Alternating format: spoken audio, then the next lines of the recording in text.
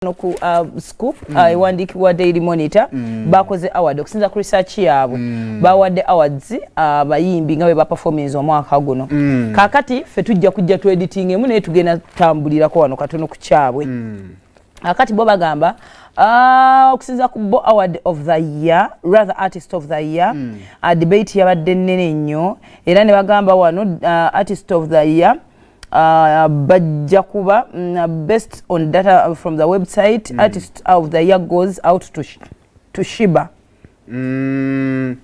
okusinzira bawa nsonga zino wamanga oluyimba Bayiramosi Tekero wano mu countdown ya firwade lwa munana Bayiramosi Bayiramosi yadde wa munana yadde wa mannyo bwatyo nkwata bulungi Bayiramosi zinkwata bulungi nedda boss baby kwata bulungi Bayiramosi Sikero nedda bana kale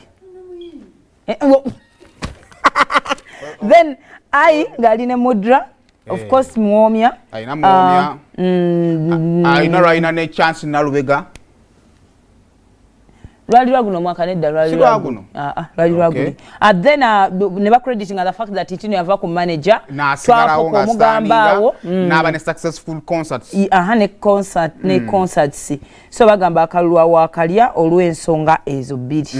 Na yera nga wano tebajja busa amanya amalaboge bagamba agaze mu category mwalimu Azawi, Afik, Eddie, Alien Skin, Spice Diana B2C ne Nwaji. Alien Skin ba mujemu Alien Skin tatandise na mwaka. No, asolo kugenda ma breakthrough. Yeah. Natasa kujja mu muyimbi w'omwaka because Alien Skin music wabadde w'amaanyi naye nga ali disorganized. Otuna mu videos zakola za layisi nnyo. Wachajja. Wachajja. No, za layisi nnyo ate zisaliimu na bwongo yadde.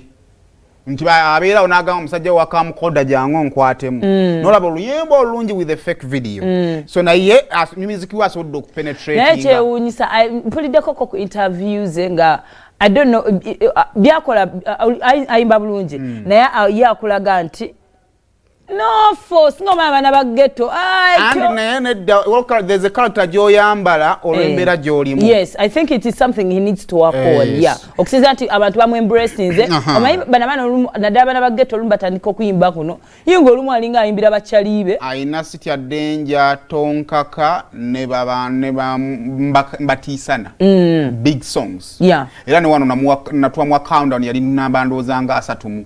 Oh, that is nice. That is nice. So kakati Alien Skin. So do you agree Sheebah Artist of the Year? Yes. Naye mwe bago bataddemu Azawi no. Azawi alina oluyimba. Azawi alina oluyimba naye binga. Alina ennyimba actually. Album ya Azawi ya Fulumadi.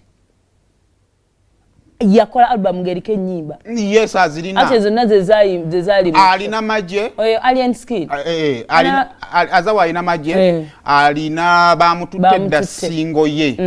Endala zonna ziri awo wakati. Oh my God. Alina n'obwongo bwange akayima bayina ne remix ne chike.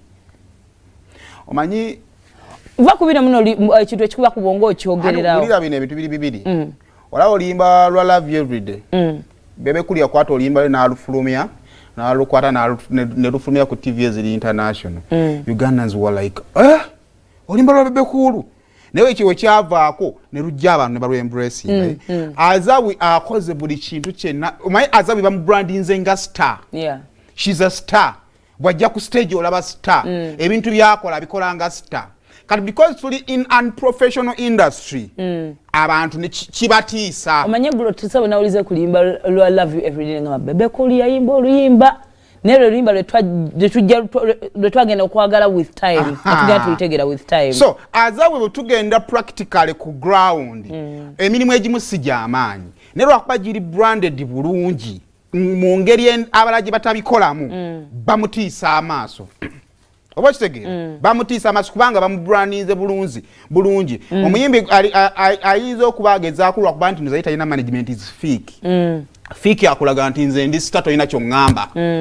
Oba ntegeera oyina omu acceptingire mu bwa star bwe ne bwe tugenda ku mulimu oguli ku ground bamututeta ku ground yabaddeko ne maje nga maje yasingako. Oba ntegeera kati kunze nganze akoze bulungi naye okumuteeka ku bayimbi b'omwaka nedda.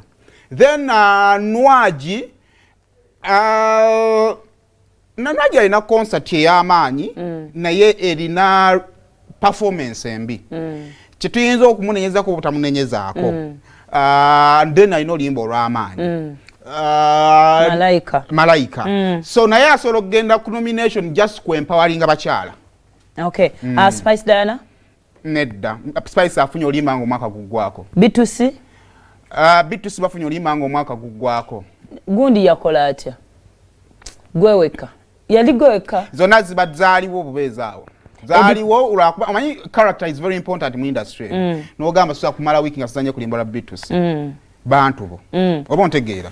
Kati omaliriza nga music abaddemu. Oba zonna nezaali mu competition era nga zeezo. Obulungi bunnuma yafuuka hit olunaku lwe afuluma. Anti ebiseera ebisituyinza obeera mu competition ng'era tewaliwo nnyo kisingawo komaanyi.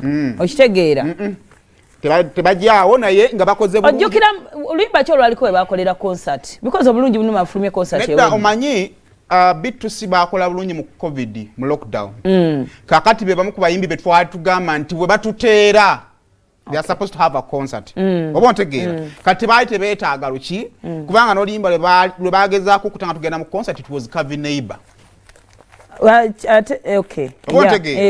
Naye nga weeruli awo nga lulungi naye terwagenda nnyo naye abantu balukola ki balumanyi. So naye lwakuba baali bakola bulungi nnyo mu COVID nga buli omwagamba batuteera balina okukola concert and the concert was successful kuba baagibala bulungi. Eddie Kenzo. Uncle Eddie atajja kuva ku nomination ya Artist of the Year oba musajja asinze lwa nsonga era naye ali mu kaazawi. Akola ebimu ebiremya abantu abangi okukola. Kakati omuntu alina nomination ya Grammy nga alina Eddie Kenzo Festival nga akoze eki the only reward gy'osobola olumuwa is a nomination. Ayinza okutuka ku ground nga music watambudde because Nsimbudde is not a big hit. Yeah. It's not a big hit. Nerwa bw'okwata Nsimbudde n'omugattako success ya Kenzo emutambuliddeko. Olaba nga deserving okubeerawo. Okay, kale categories nyingi zetujja okwogerako wano naye kasooka tugendeko mu break nga tufuna ne ideas z'abantu nabo twogereziganye nabo. Olutambula mu ba celebrities. Na comeback seeding. Tokwata ku remote yo.